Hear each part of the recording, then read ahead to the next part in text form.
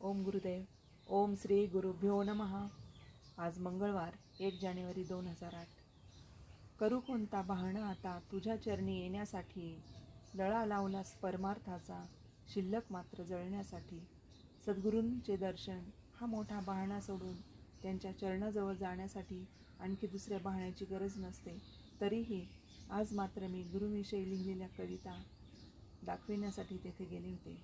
कालची 31 डिसेंबरची रात्र आणि 1 जानेवारी 2008ची सुरुवात परमपूज्य गुरुदेवांच्या सानिध्यात केली होती. सत्संगानंतर गुरुदेवांनी जे ध्यान करून घेतलं ते अलौकिक होतं. त्याबद्दलही धन्यवाद द्यावेसे वाटत होते. संध्याकाळची वेळ. गुरुदेव विळद घाटातील आश्रमात बाहेर खुर्चीवर बसलेले होते. समोर काही साधक होते. नेहमीप्रमाणे भजन संध्या चालू होती. मी त्यांना नमस्कार करून ती कवितेची वही त्यांच्या हातात दिली. गुरुदेव म्हणाले, रात्री जागरण झालं ना? मी मनातच स्वतःला म्हणत होते की रात्री सत्संगावरून आल्यानंतरही त्यांनी घेतलेल्या ध्यानाचा असर कमी झाला नव्हता. म्हणून आल्यावरही मी ध्यानाला बसलेले होते. कदाचित म्हणून गुरुदेवांनी ती आठवण करून दिली होती की जणू प्रत्येक क्षणी ते आपल्यावर लक्ष ठेवून असतात. एकीकडे भजनं चालू होती आणि गुरुदेव त्या वहीतील प्रत्येक कविता मन लावून वाचत होते. त्यांच्या हाताचा स्पर्श प्रत्येक पानावर आणि नजरेचा स्पर्श प्रत्येक शब्दांना झाला होता. नंतर त्यातील 2 कविता त्यांनी मला वाचून दाखवण्यास लावल्या. त्यातील एक अशी: हे सद्गुरुदेवा, गरज तुला कशाचीच नाही, भोवळ आमच्या डोळ्यामठ, वैकुंठाचा अधिपतीच असतो तुझ्या चरणांवर. तुझ्यातलं माणूस पण फक्त आम्ही पाहत असतो, आमचा सारा भार पण तूच सतत वाहत असतो. आमचे जन्मोजन्माचे 7 बारे तुझ्या फायलीत बंद आहेत, आमचे सारे दोष झाकून तू खुशीत धुंद आहेस. गुण एखादा पाहून आमचा, सारे दोष आमचे तू पुसले आहेत, फक्त आमच्या कल्याणासाठी तू वैकुंठसुद्धा सोडले आहेस, फक्त आमच्या कल्याणासाठी तू वैकुंठसुद्धा सोडले आहेस. कविता वाचून दाखविल्यानंतर नवीन वर्षाच्या सुरुवातीच्या ध्यानाबद्दल मी गुरुदेवांना म्हणाले. गुरुदेव, ध्यानात तुम्ही हवाई जहाजाची यात्रा करून घेतली. तेथे मीचाही कुठे मागमूस नव्हता. तेव्हा प्रतिक्रिया स्वरूपात गुरुदेव म्हणाले, त्याच आठवणी तुम्हाला पुढे काढतील. जास्तीत जास्त जास्तीत जास्त ध्यान करा आणि ध्यानातून उठल्यानंतर त्याचं स्मरण नित्य ठेवा.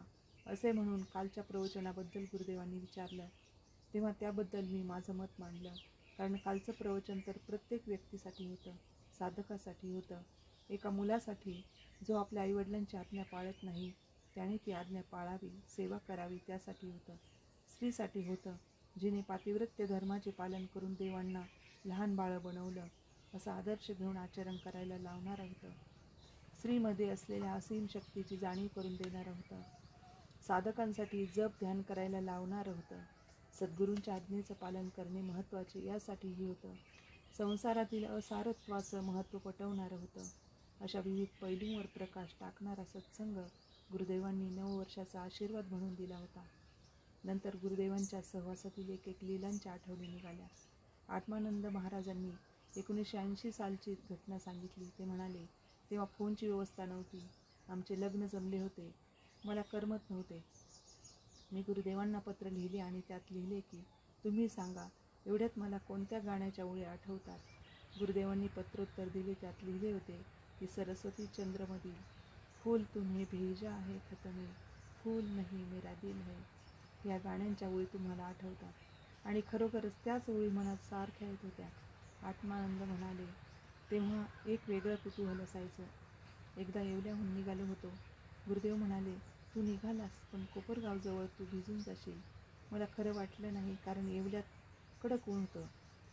पावसाचं कोणतंही लक्षण नव्हतं. पण गुरुदेव म्हणतात ते खरं आहे का हे पाहण्यासाठी मी तेथून निघालो. पण त्यांच्या म्हणण्याप्रमाणे पुढे खरोखरच खूप पाऊस होता. मला एके ठिकाणी थांबावं लागलं. असे अनेक प्रसंग माझ्या जीवनात आले. लिहून ठेवले असते तर ग्रंथ तयार झाला असता. तेव्हा आम्ही रात्री समोरासमोरच्या खुर्चीवर बसायचो. गुरुदेव बोलत असायचे आणि मी ऐकायचो. कधी कधी तर उठल्यावर कळायचे की बोलता बोलता इतका वेळ झाला की सूर्य उगवला आहे. गुरुदेवांनी मला ब्रह्ममुहूर्ताला साधना करायला सांगितले, पण मला जाग येत नव्हती. म्हटल्यावर ते म्हणाले, आम्ही तुम्हाला उठवत जाऊ, तुम्ही साधना करा. आणि खरोखरच गुरुदेव त्यावेळेला मला हलवून हलवून उठवायचे. काही दिवस गेले. मी साधना करायचो. एकदा तर असा दृष्टांत झाला की मीच हलका होऊन वर आलो आणि स्वतःचं शरीर खाली होतं ते मी पाहत होतो. गुरुदेव म्हणाले, 5 तत्वातील 3 तत्व पार केले, फक्त 2 तत्व राहिले. पण ब्रह्ममुहूर्ताची ती साधना खंडित झाली. गुरुदेवांनी उठूनही मी कंटाळा करायला लागलो आणि ती वेळ पुन्हा साधता आली नाही. शांतीस्वरूप महाराज म्हणाले, आत्मानंद आणि मी आता त्या परीक्षेला बसलो तो अनुभव आहे. ते म्हणाले, त्या ताई ध्यानाला बसल्या आणि त्या ध्यानातून बाहेर येईना. आम्हाला तर उशीर होत होता आणि नकळत मी माझा हात त्यांच्या डोक्यावर धरला. तो फक्त दिसायला माझा हात होता, पण मला स्पष्ट जाणवत होतं की तो हात गुरुदेवांचाच आहे. आणि क्षणात त्या ध्यानातून बाहेर आल्या. म्हणून आम्ही त्या परीक्षेसाठी वेळेवर पोहोचलो. पेपर लिहितानाही आम्हाला जाणवत होतं की आपण यात पास होऊ शकत नाही. तेथे परीक्षेसाठी आलेल्यांपैकी आम्ही दोघंच माळी काम करणारे होतो. बाकी सर्व वरच्या पोस्टचे लोक होते. पण जेव्हा निकाल लागला तेव्हा कळले की त्यात फक्त आम्ही दोघंच पास झालो आहोत. आज सकाळी श्री कोरडे भैया आणि परळीचे आंधळे महाराज घरी आले होते.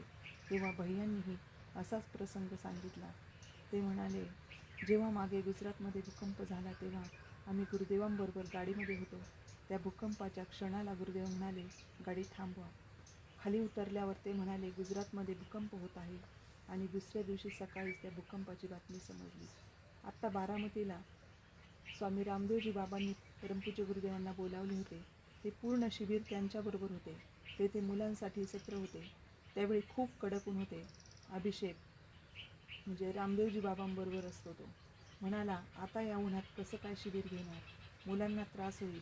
तेव्हा परमपूज्य गुरुदेवांनी अशी आज्ञा केली की आभाळाच्या तुकड्याने जेथे मुलं होती तेवढ्या भागात त्यांच्यावर सावली घातली. तेव्हा गुरुदेवांना विचारण्यात आले की तुम्ही निसर्गाच्या शक्तीवरही कसे राज्य चालवता. असे चमत्कार तर कितीतरी घडत असतात. या सर्व गुरुदेवांच्या लीलाच आहेत. केवळ चमत्कार करायचा म्हणून ते काही करत नाहीत, तर त्या घटना प्रसंगानुरूप आपोआप घडत जातात. अशा चमत्कारात त्यांना कधीही रस नाही. त्यांच्यातील ते परमतत्व प्रकृती तशा घटना घडून घेतं. कालच्या प्रवचनात संसारिका हे सांगत होती की रामदेवजी बाबा पूज्य गुरुदेवांना म्हणाले होते की तुम्ही आता आमच्याबरोबरच चला. तुमच्यातील आध्यात्मिक शक्तीची या योगाला जोड मिळेल. पण आपले भाग्य आणि गुरुदेवांचे हे प्रेम आहे की ते सर्व सोडून गुरुदेव या कार्यक्रमाला उपस्थित राहिले. परमपूज्य वचन माऊलींचे प्रेमी जेव्हा अशा एक घटना, एक आठवणी, एक अनुभव सांगतात, तेव्हा मलाही माझ्या जीवनात त्यांची होत असलेली अनुभूती डोळ्यांसमोर येते, जी शब्दांच्या पलीकडील आहे. जेव्हा गुरुदेवांच्या आठवणीत अंतर्मुखता येते तेव्हा त्यांचे दर्शन तर होतेच, परंतु जेव्हा जेव्हा असे वाटते की गुरुदेव तुमचा सत्संग सानिध्य मिळून खूप दिवस झाले, तेव्हा असा चमत्कार होतो की ते दृष्टांतातूनही सत्संग देतात. मग तो काही वाक्यांचा का असेना, पण इच्छा मात्र पूर्ण होते. त्यांचं आपल्या साधकांवर एवढं प्रेम आहे की आपलं प्रेम त्यांच्या तुलनेत अणुमात्रही नाही. कारण प्रेम निभावणं हे पूर्णपणे जर कोणी जाणत असेल तर ते फक्त सद्गुरूच आहेत. कारण देखी है हमने प्रीत मगर ऐसी नहीं देखी, इजहार के बिना निभाने की गुरुवर की रीत हमने देखी.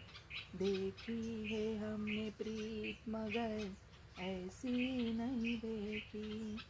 ओ बात अलग है, ओ सौगात अलग है.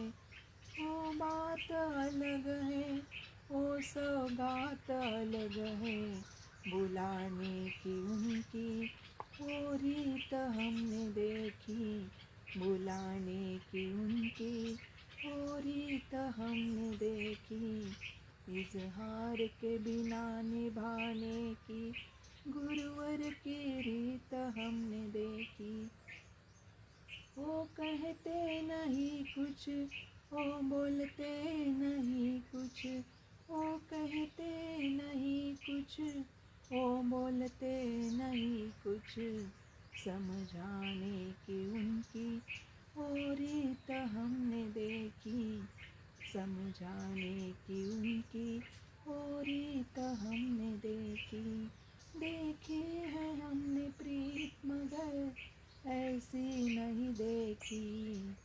देखी है हमने प्रीत मगर ऐसी नहीं देखी. वो देखते नहीं दिखते, वो दिखाते नहीं दिखते.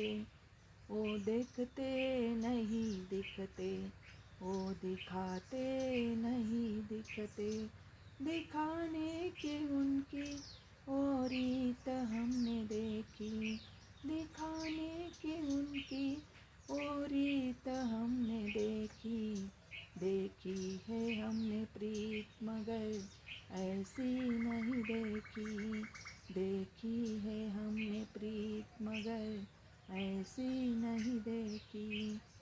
ओ देते नहीं दिखते, ओ देने से नहीं चुकते, ओ देते नहीं दिखते, ओ देने से नहीं चुकते, देने की उनकी ओ रीत हमने देखी, देने की उनकी ओ रीत हमने देखी।